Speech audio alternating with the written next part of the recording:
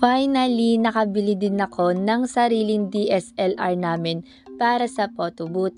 Actually, nung una, pinag-iisipan ko kung worth it ba na iPhone yung bibilhin ko or etong Canon na DSLR. Pero ang ending, etong Canon DSLR yung binili ko. Kasi iniisip ko kapag iPhone yung bibilhin ko, para lang yun sa luho.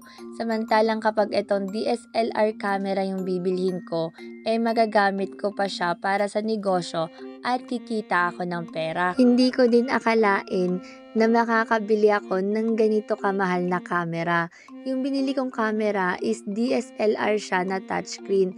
Merong mas mura pero hindi siya touchscreen. Naisip ko, bibili na nga din ako, sulit-sulitin ko na rin yung babayaran ko. Kaya lahat ng pagod at puyat ngayong December sobrang worth it kasi nga nakabili ako ng magandang camera para sa catering services namin at para sa photo booth. Yung ginagamit kasi naming camera para sa photo booth is Sony siya na tigto 21,000 para siyang digicam at marami ding nagsasabi sa amin na kailangan ng mag-upgrade para mas gumanda yung quality ng photo booth namin. Bago nga pala kami bumili ng camera, dumaan muna kami sa may department store kasi bumili ako ng bagong denim jacket kasi mukha daw akong mahanang dun sa jacket ko. Sabi nga nila, malayo pa pero malayo na.